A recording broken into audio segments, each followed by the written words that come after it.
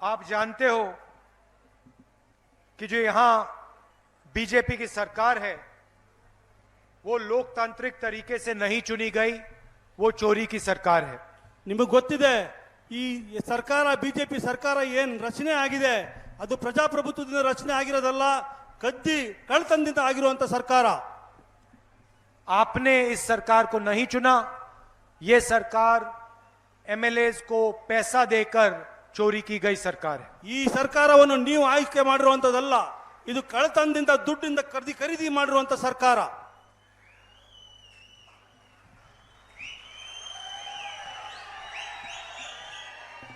और कर्नाटक का हर बच्चा 5-6 साल का बच्चा जानता है कि यह सरकार 40% वाली सरकार है।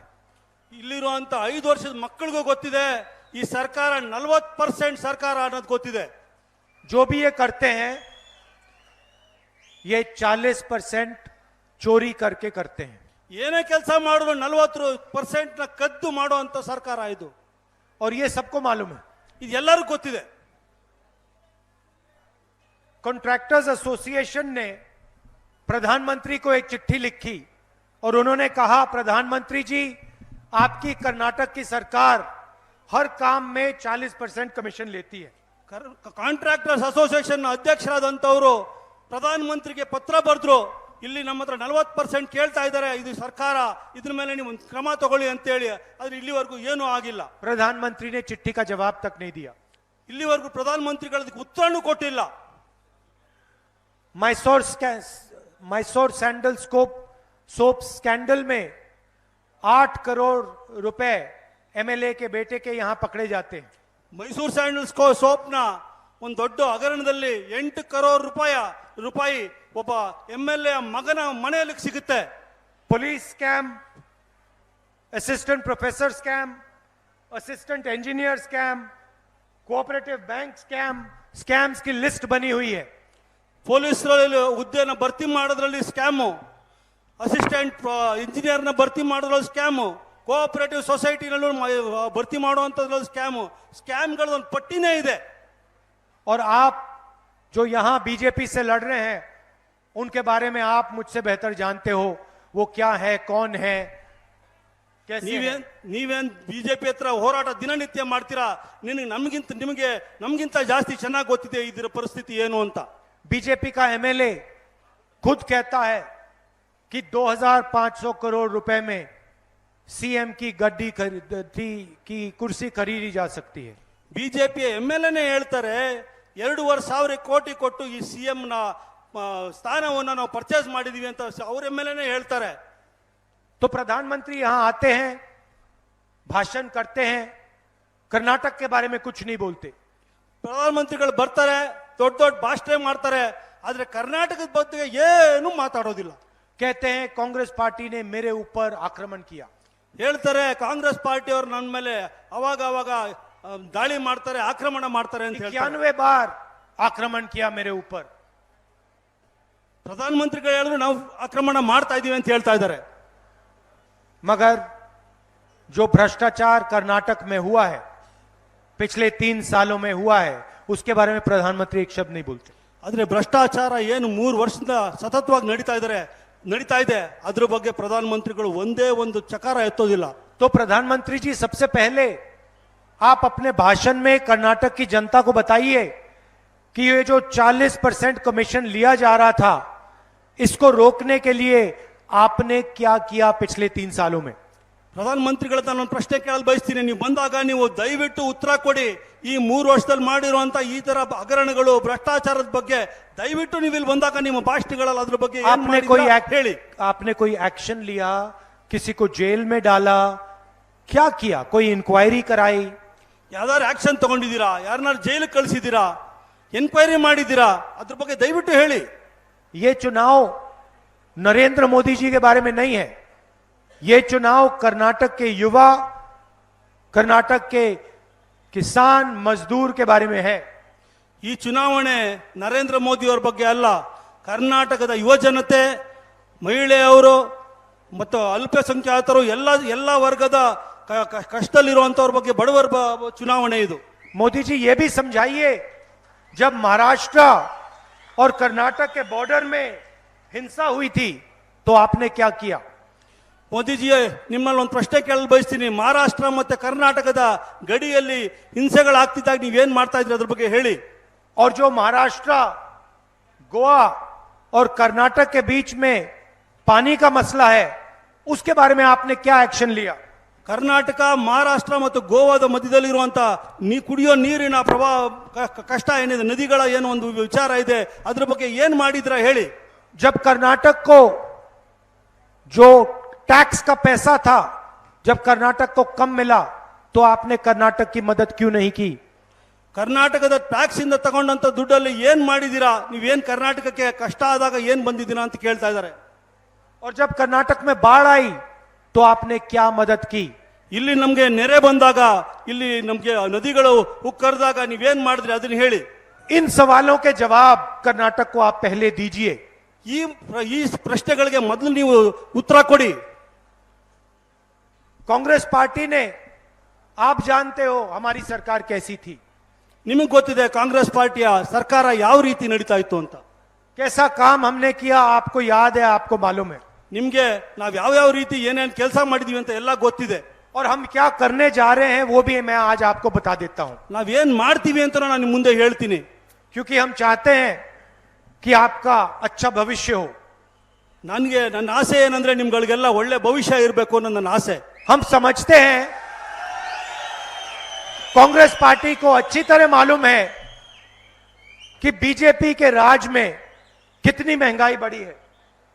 ನಿಮ್ಗೆ ಚೆನ್ನಾಗಿ ಗೊತ್ತಿದೆ ಬಿಜೆಪಿಯ ಒಂದು ಸರ್ಕಾರ ಬಂದಾಗ ಎಷ್ಟು ನಮ್ಮ ಬೆಲೆಗಳಿಗೆ ಗಗನಕ್ಕೇರಿದೆ ಅನ್ನೋದು ನಿಮ್ಗೆ ಗೊತ್ತಿದೆ. 400 रुपए का सिलेंडर 1100 का हो गया. 400 ರೂಪಾಯಿ ಇರೋದಂತ ಸಿಲಿಂಡರ್ ಇವತ್ತು 1100 ರೂಪಾಯಿ ಆಗಿದೆ. कुकिंग ऑयल 60 रुपए से 200 रुपए लीटर हो गया. कुकिंग ऑयल 60 से 200. ನೀವು ಅಡಿಗೆ ಎಣ್ಣೆ 70 ರೂಪಾಯಿ ಇರೋದು 200 ರೂಪಾಯಿ ಆಗಿದೆ. पेट्रोल 70 रुपए से 102 रुपए. ಪೆಟ್ರೋಲ್ 70 ರೂಪಾಯಿಂದ 120 ರೂಪಾಯಿ. डीजल 56 रुपए से 90 रुपए. ಡೀಸೆಲ್ 70 ರೂಪಾಯಿಂದ 90 ರೂಪಾಯಿ. हिंदुस्तान के इतिहास में पहली बार किसानों को टैक्स देना पड़ा, जीएसटी देनी पड़ी. ನಮ್ಮ ದೇಶದ ಒಂದು ಇತಿಹಾಸದಲ್ಲೇ ಮೊದಲನೇ ಬಾರಿಗೆ ರೈತರಿಗೆ ಜಿಎಸ್ಟಿ ಕಟ್ಟುವಂತ ಕೆಲಸ ಮಾಡಿಸಿದ್ದಾರೆ. 1.5 करोड़ लोग बेरोजगार हुए. 1.5 ಕೋಟಿ ಜನ ತಮ್ಮ ಕೆಲಸಗಳನ್ನ ಕಳ್ಕೊಂಡಿದ್ದಾರೆ. 40 करोड़ रुपए, 40 करोड़ लोग फिर से गरीब हो गए. 40 ಕೋಟಿ ಜನ ತಿರ್ಗಾ ಬಡತನದ ರೇಖೆ ಕೆಳಗಡೆ ಹೋಗ್ತಾ ಇದ್ದಾರೆ. 90 लाख छोटे बिजनेस बंद हो गए. 90 ಲಕ್ಷ ಹೊಸ ಸಣ್ಣ ಉದ್ಯೋಗಗಳು ಮುಚ್ಚೋಗಿದೆ. तो हम इन चीजों को समझते हैं और हम जानते हैं कि बीजेपी ने यहां 40% का काम करके दिखाया. आपका पैसा आपसे छीना है. ನಮಗೆ ಗೊತ್ತಿದೆ ಈ ರೀತಿ ಇಂಥ ಕೆಲಸಗಳನ್ನ ಮಾಡಿ ತಮ್ಮ ದುಡ್ಡನ್ನ 40% ಅವ್ರು ಕದ್ದಿದ್ದಾರೆ ಅಂತ ನಮಗೆ ಗೊತ್ತಿದೆ. इसीलिए कांग्रेस की सरकार जो अब कर्नाटक में आने वाली है, वो आपका जो पैसा है आपको वापस देने का काम करेगी. ಅದರಿಂದ ನಮ್ಮ ಸರ್ಕಾರ ಕರ್ನಾಟಕದಲ್ಲಿ ಏನು ಕಾಂಗ್ರೆಸ್ ಸರ್ಕಾರ ಬರಲಿದೆ, ನಿಮ್ಮ ದುಡ್ಡು ನಿಮ್ಗೆ ವಾಪಸ್ ಕೊಡ್ತೀವಿ. जितना पैसा बीजेपी ने आपसे चुराया है उतना पैसा हम वापस आपके जेब में डालने जा रहे हैं. ಎಷ್ಟು ದುಡ್ಡು ಅವರು ನಿಮ್ಮ ಹತ್ರ ಲೂಟಿ ಮಾಡಿದ್ರೆ ಅಷ್ಟು ದುಡ್ಡು ನಿಮ್ಗೆ ವಾಪಸ್ ನಾವು ಕೊಡ್ತೀವಿ. महिलाओं को बेरोजगारी की सबसे बड़ी चोट पड़ती है, तो हमारा पहला कदम गृह लक्ष्मी स्कीम 2000 रुपए हर महीने हर महिला को. ಮೊದಲನೇ ನಮ್ಮ ಗ್ಯಾರಂಟಿ ಎಲ್ಲ ಮಹಿಳೆಯರಿಗೆ, ಗೃಹಿಣಿಯರಿಗೆ ತಮ್ಮ ಅಕೌಂಟ್ಗೆ 2000 ರೂಪಾಯಿ ಪ್ರತಿ ಮಾಸ ಕಳಿಸ್ತೀವಿ ಅಂತ. दूसरा स्कीम गृह ज्योति स्कीम 200 यूनिट मुफ्त में बिजली हर महीने. ಎರಡನೇದು ಗೃಹ ಜ್ಯೋತಿ ಸ್ಕೀಮ್ 200 ಯೂನಿಟ್ 200 ನಿಮ್ಮ ಮನೆಗೆ ಮುಫ್ತ್ ಆಗಿ ಇದು ಕೊಡ್ತೀವಿ ಕರೆಂಟ್ ಅಂತ. तीसरा स्कीम अन्न भाग्य 10 किलो चावल हर परिवार के हर मेंबर को. ಮೂರನೇದು ಅನ್ನ ಭಾಗ್ಯ 10 ಕಿಲೋಗ್ರಾಮ್ ಅಕ್ಕಿ ನಿಮ್ಮ ಮನೆಯಲ್ಲಿರೋ ಎಲ್ಲರಿಗೂ 10 ಕಿಲೋಗ್ರಾಮ್ ಅಕ್ಕಿ ಕೊಡ್ತೀವಿ. चौथा स्कीम जिसको हम सखी कहते हैं, ये जो हमारी माताएं बहनें आई हैं, आपके लिए सरकार बनने के बाद चाहे आप कहीं भी कर्नाटक में घूमें, आपको बस के लिए 1 पैसा नहीं देना पड़ेगा. 4ನೇ ಸ್ಕೀಮ್ ಯಾವುದೇ ನಮ್ಮ ಮಹಿಳೆಯರು ನಮ್ಮ ಅಕ್ಕ ತಂಗಿರು ಯಾರು ಕೂತಿದ್ದಾರೆ ಅವ್ರು ಇಡೀ ಕರ್ನಾಟಕದಲ್ಲಿ ಎಲ್ಲೇ ಹೋದ್ರು ಬಸ್ಗೆ ದುಡ್ಡು ಕಟ್ಟುವಂತ ಕೆಲಸ ಮಾಡಕ್ಬಿಡಲ್ಲ ನಾವು. और अंत में युवा निधि स्कीम 3,000 रुपए हर ग्रेजुएट को हर महीने और 1,500 रुपए हर डिप्लोमा होल्डर को हर महीने. ಯುವ ನಿಧಿ ಯಾವುದೇ ಒಂದು ಯಾವುದೇ ಒಬ್ಬ ಹುಡುಗ ಅವನ ಕೆಲಸ ಇಲ್ಲ ಅಂದ್ರೆ ಅವನ ಅಕೌಂಟ್ಗೆ 3,000 ರೂಪಾಯಿ ಹಾಕ್ತಿವಿ. ಡಿಪ್ಲೊಮಾ ಹೋಲ್ಡರ್ ಇದ್ದವನಿಗೆ 1,500 ರೂಪಾಯಿ ಹಾಕ್ತಿವಿ. और जो कर्नाटक की नींव है हमारे किसान भाई, ನಮ್ಮ ಕರ್ನಾಟಕದ ಬೆನ್ನುಬೋನು ನಮ್ಮ ಬೆನ್ನು ಮೂಳೆ ಆಗಿರುವಂತ ನಮ್ಮ ರೈತರು ಯಾರಿದ್ದಾರೆ उनके लिए कृषि निधि 1.5 लाख करोड़ रुपए 5 साल के अंदर 30,000 करोड़ रुपए हर साल उनके भले के लिए. ಅವರ ಅಕೌಂಟ್ಗೆ 1.5 ಲಕ್ಷ ಕೋಟಿ ರೂಪಾಯಿ 30,000 ಕೋಟಿ ವರ್ಷಕ್ಕೆ ನಾವು ವಾಪಸ್ ಇದು ಮಾಡ್ತೀವಿ. और जो हमारे कोकोनट के फार्मर्स हैं, अरेका नट के फार्मर्स हैं, उनको एमएसपी की गारंटी. ನಮ್ಮ ತೆಂಗಿನಕಾಯಿ ಬೆಳೆಗಾರರು ಮತ್ತೆ ಅಡಿಕೆ ಬೆಳೆಗಾರರಿಗೆ ಮಿನಿಮಮ್ ಸಪೋರ್ಟ್ ಪ್ರೈಸ್ ಅವ್ರಿಗೆ ಕನಿಷ್ಠ ವೇತನವನ್ನು ಕೊಡ್ತೀವಿ. अब नरेंद्र मोदी जी हमने साफ कह दिया हम क्या करने जा रहे हैं. ನರೇಂದ್ರ ಮೋದಿ ಅವರೇ ನಾವೇನ್ ಮಾಡ್ತೀವಿ ಅಂತ ನೀವು ಮುಂದೆ ಇಟ್ಟಿದ್ದೀವಿ. हमारे जो 5 वायदे हैं वो पहले दिन पहली कैबिनेट मीटिंग में कानून बन जाएंगे. ನಮ್ಮ 5 ಏನ್ ಗ್ಯಾರಂಟಿ ಹೇಳಿದೀವಿ ಮೊದಲನೇ ದಿನ ನಾವು ಸರ್ಕಾರ ಮಾಡಿ ಮೊದಲನೇ ಕ್ಯಾಬಿನೆಟ್ ಮೀಟಿಂಗ್ ಅಲ್ಲಿ ಅದನ್ನ ಮಂಜೂರು ಮಾಡಿಸ್ತೀವಿ. आपने भ्रष्टाचार की बात नहीं की, ನೀವು ಭ್ರಷ್ಟಾಚಾರದ ಬಗ್ಗೆ ಮಾತಾಡಿದ್ರಿ. आपने बेरोजगारी की बात नहीं की, ನೀವು ಬೇರೋಜ್ಗಾರಿ ಅಂದ್ರೆ ಕೆಲಸ ಕಳ್ಕೊಂಡವ್ರ ಬಗ್ಗೆ ಮಾತಾಡಿದ್ರಿ.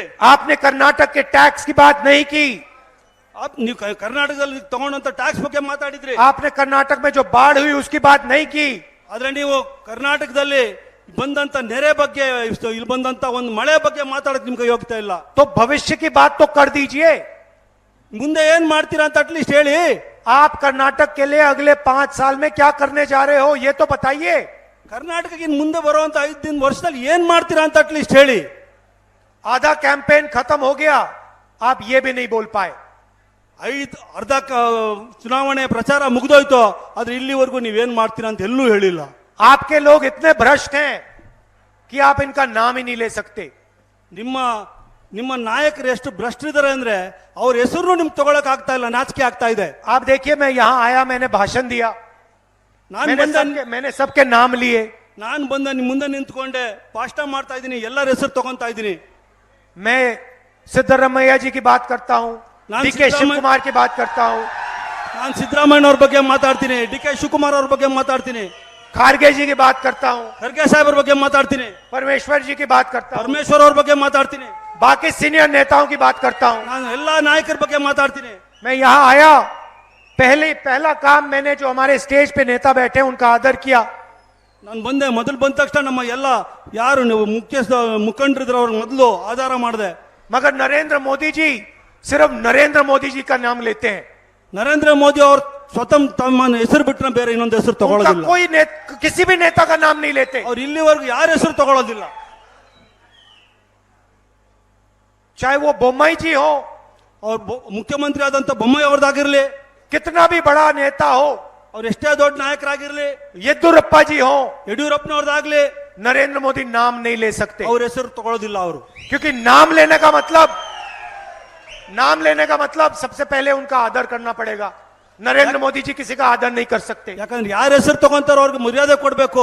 ಅವ್ರು ಇಲ್ಲಿವರೆಗೂ ಯಾರಿಗೂ ಮರ್ಯಾದೆ ಕೊಡೋದು ಕಲ್ತಿಲ್ಲ. और उसके बाद पूरी कर्नाटक को बोलना पड़ेगा कि भैया मेरे नेता तो भ्रष्ट हैं, मेरे नेता तो चोर हैं. ಅದಾದ್ಮೇಲೆ ಕರ್ನಾಟಕದ ಜನತೆಗೆ ಹೇಳಬೇಕು ನಮ್ಮ ನಾಯಕರು ಎಷ್ಟು ಭ್ರಷ್ಟಾಚಾರ ಮಾಡಿದ್ದಾರೆ, इसलिए ಕಳ್ತನ ಮಾಡಿದ್ದಾರೆ ಅಂತ. इसलिए नरेंद्र मोदी जी किसी का नाम नहीं ले सकते. ಅದಕ್ಕೆ ಅವ್ರು ಯಾರ ಹೆಸರು ತಗೊಳಕ್ ಆಗ್ತಾ ಇಲ್ಲ. भाई और बहनों, ये चुनाव नरेंद्र मोदी का चुनाव नहीं है.